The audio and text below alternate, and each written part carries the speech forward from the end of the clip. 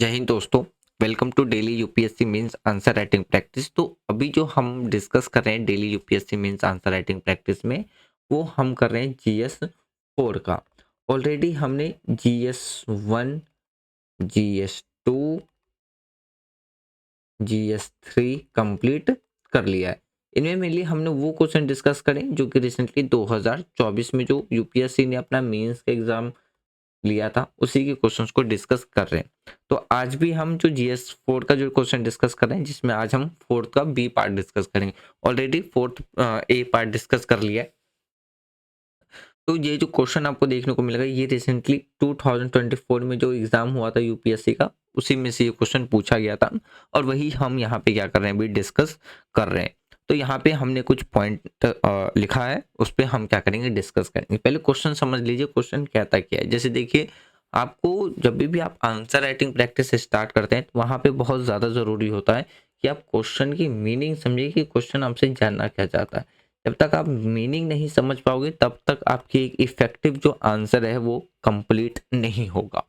तो अगर आप हिंदी में पढ़ लें, इंग्लिश में देखें, तो क्वेश्चन क्या कह रहा है कि मामले के सार को नज़रअंदाज करके करके रूप के प्रति अविवेकिक जो आसक्त का परिणाम है, वो क्या होता है, अन्याय होता है। एक समझदार सिविल सेवक वह है जो ऐसी शताब्दिकता को नजरअंदाज करता है और सच्चे इरादे से काम करता है। उपयुक्त कथन का समुचित उदाहरण सहित क्या करना है, आपको एग्जामाइन करना है, परीक्षण करना है। यही चीज आप इंग्लिश में भी देख लीजिए। तो क्वेश्चन आपसे क्या जानना चाह रहा है, आप ये समझिए। क्वेश्चन आपसे जानना ये चाहता है कि अगर कोई व्यक्ति सिविल नियम और प्रक्रियाओं पर ध्यान देता है और उसका जो असल उद्देश्य है, यानी कि जो रियल उसका ऑब्जेक्टिव है और जो रियल उसके इशू है, उसको अगर इग्नोर करता है, तो इससे अन्याय होगा, यानी कि अनजस्टिस हो सकता है। लेकिन एक समझदार और संवेदनशील जो सिविल सेवक है, वह है जो इन कठोर नियमों को नजरअंदाज करके असल उद्देश्य और सच्ची मानसा को क्या करता है, पूरा करने की कोशिश करता है। तो इस बेसिस पे आपको क्या करना था, आंसर लिखना था। तो इसमें हमने कुछ पॉइंट लिखे, जिसमें हमने 10 पॉइंट लिखे। उसी पे बेस पे हम क्या करेंगे, अपने आंसर को डिस्कस करेंगे। सबसे पहले हमारा चलेगा मीनिंग ऑफ सेंटेंस, फिर इंपॉर्टेंस ऑफ सबसिस्टेंस, फिर flaws of over reliance of form, फिर receptive civil servant, empathy in action, balancing rules and intent, preventing misuse, real world example, result of literalness और conclusion. इन basis पे आज हम क्या करेंगे, अपने आंसर्स को कंप्लीट करेंगे। तो देखिए, यहाँ पे जो मैंने पॉइंट्स लिखे हैं, ये जरूरी नहीं है, कंपलसरी नहीं है कि यही आंसर सही है। आपको लगता है कि नहीं, इसके अलावा भी और भी कुछ पॉइंट्स और एक बेस्ट एग्जाम्पल हो सकता था, आप वो बिल्कुल कमेंट बॉक्स में लिख सकते हैं। तो इससे क्या होगा, हमारा जो मेंस आंसर राइटिंग प्रैक्टिस का जो डिस्कशन है वो चलता रहेगा।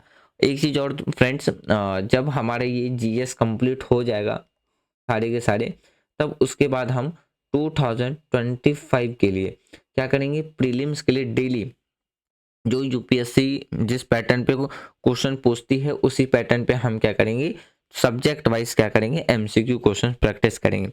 ऑलरेडी आपको हिस्ट्री का और पॉलिटी की एमसीक्यू क्वेश्चंस देखने को मिल जाएगा।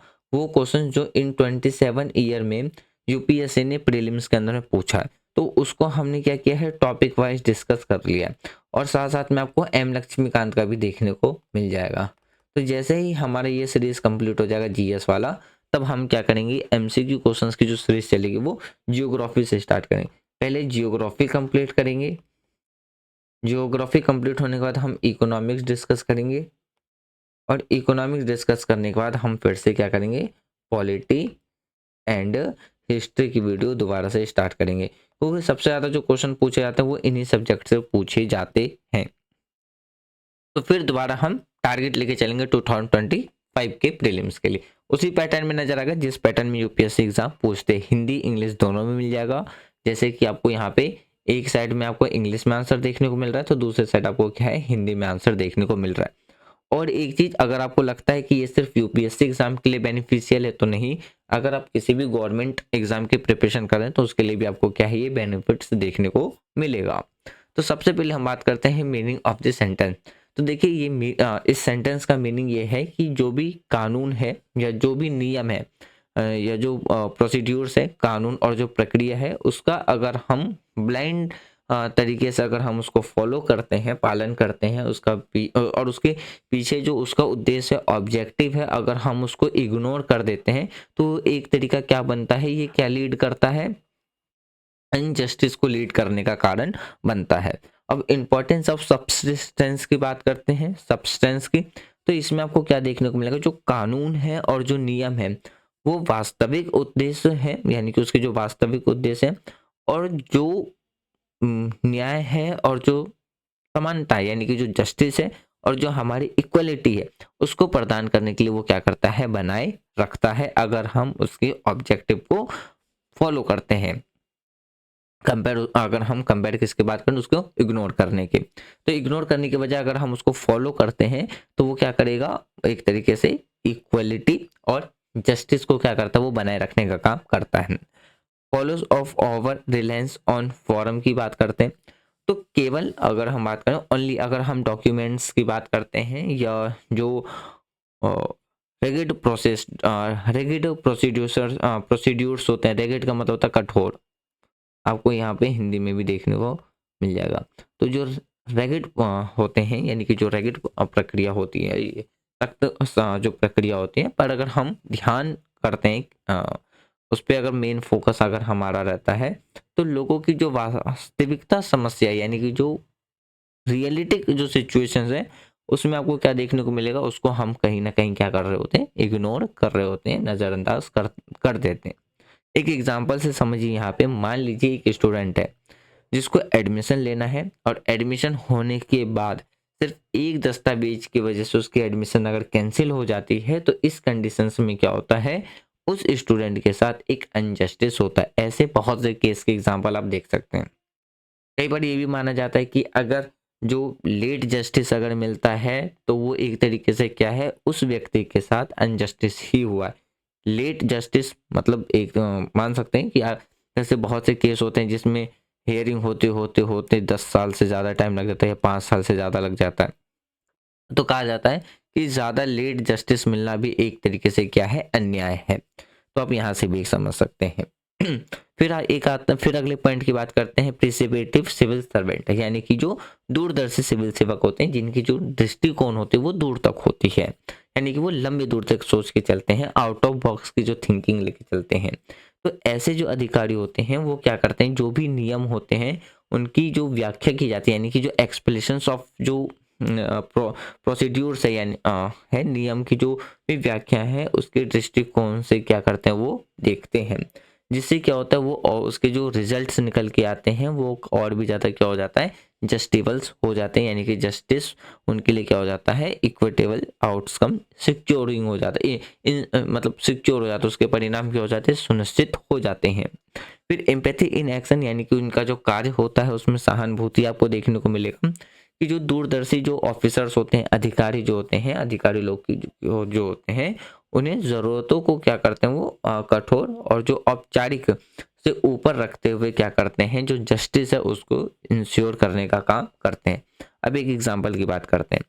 मान लीजिए कि फूड डिस्ट्रीब्यूटर सिस्टम में जब फूड डिस्ट्रीब्यूट किया जाता है, बांटा जाता है, तो क्रिटिकल सिचुएशंस में बिना डॉक्यूमेंट के भी अगर फूड डिस्ट्रीब्यूट किया जाता है तो ये क्या माना जाता है, एक तरीके से उनके साथ जस्टिसेबल माना जाता है, यानी कि उनके साथ एक तरीके से न्याय मानी जाती है, कि आपातकाल के दौरान दस्तावेज ना होने पर भी उन्हें क्या है, फूड डिस्ट्रीब्यूट किया गया, उन्हें फूड प्रोवाइड कराई गई। उसके बाद आता है बैलेंसिंग रूल्स एंड इंटेंट।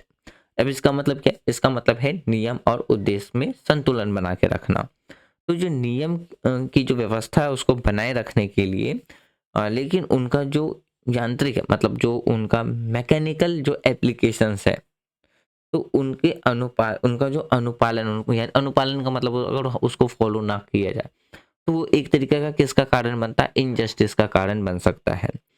जितने भी सिविल सर्वेंट होते हैं उनका ही दायित्व होता है कि वो दोनों के बीच में क्या लेके चले, बैलेंस लेकर के चले, उन दोनों में बैलेंस बनाए रखे। अब आता है प्रिवेंटिंग मिसयूज, यानी कि उसके मिसयूज होने से क्या करना, उसको रोकना। अब देखिए इसका जो मेन फोकस होता है वो किस पे होता है, यानी कि सब्सटेंस प्रिवेंट को रोक के रखना, उस पर ध्यान केंद्रित करना, ताकि जो औपचारिक अनुपालन है इसके नाम पर जो नियम है, लॉ है, प्रोसीड्यूर्स है, उसका मिसयूज ना किया जा सके, यानी कि जो यानी कि औपचारिक अनुपालन के नाम पे नियम और नियमों का जो दुरुपयोग है उसको रोका जा सके। रियल वर्ल्ड एग्जाम्पल की बात करते हैं, वास्तविक जीवन के उदाहरण की, तो जो कठोर जो प्रक्रिया होते हैं, यानी कि अगर हम रेगिड प्रोसेसेस की बात करते हैं, अगर हम उसको इग्नोर कर देते हैं तो वो प्रोवाइड कराता है इमीडिएट जो भी डिजास्टर रिलीफ है, और वो क्या शो करता है कि कैसे हम substance can serve justice better, यानी कि हम और भी न्याय को, यानी कि जो हमारा जस्टिस है, न्याय है, उसको हम बेहतर तरीके से क्या कर सकते हैं, सुनिश्चित कर सकते हैं। अब अगर हम इसके परिणाम की बात करते हैं तो रिजल्ट ऑफ जो लिटरलेस है, यानी कि सख्त रूपवाद का जो परिणाम है, इसमें आपको क्या देखने को मिलेगा कि जो फॉरम है उसका अगर हम ब्लाइंडलेस तरीके से क्या करते हैं, पालन करते हैं, या पालन बहिष्कार करते हैं, या जो देसी और असमानता का क्या करता है वो कारण, मतलब देरी, सॉरी नॉट नॉट देसी, इट्स देरी मतलब डिले, तो डिले और क्या बनता है, इन इक्वालिटी का मेन कारण बनता है अगर हम फॉरम को क्या करते हैं, ब्लाइंडलेस तरीके से, अंधाधुंध तरीके से क्या करते हैं, फॉलो करते हैं। कंक्लूजन में हम कह सकते हैं कि एक जो दूरदर्शी सिविल सेवक होते हैं, जिनकी जो इंटेंटेस होते हैं कि वो काफ़ी दूर तक देख सके, अपनी नॉलेज, अपनी अ, विवेक मतलब अपनी बुद्धि का अगर वो इस्तेमाल करते हैं, तो जो सिविल सेवक होते हैं वो कानून और नीति के वास्तविक जो उनका ऑब्जेक्टिव है, यानी कि जो उद्देश्य है, उसको बनाए रखते हैं, और सब्सटेंस को फॉर्म से ऊपर रख कर क्या करते हैं, जस्टिस को इंश्योर करने का काम करते हैं।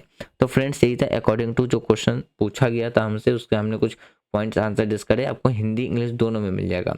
यदि वीडियो के रिगार्डिंग में आपको कोई भी सजेशन देना है, कमेंट बॉक्स ओपन है, आप कमेंट बॉक्स में दे सकते हैं, जिससे क्या होगा, वीडियो को और भी सही तरीके से सुधारा जा सकता है। और वीडियो के रिगार्डिंग में या मेंस आंसर राइटिंग प्रैक्टिस के रिगार्डिंग में कोई सजेशन देना तो आप वो दे सकते हैं। इससे क्या होगा कि जो न्यू स्टूडेंट है उनकी भी जो डाउट है, जो प्रॉब्लम्स है, वो क्या होती रहेगी, मेंस आंसर राइटिंग प्रैक्टिस के लिए सॉल्व होती रहेगी। यदि वीडियो पसंद आ रही है तब वीडियो को लाइक कर सकते हैं, शेयर कर सकते हैं, चैनल को सब्सक्राइब कर सकते हैं। Thanks for watching friend, take care, जय हिंद।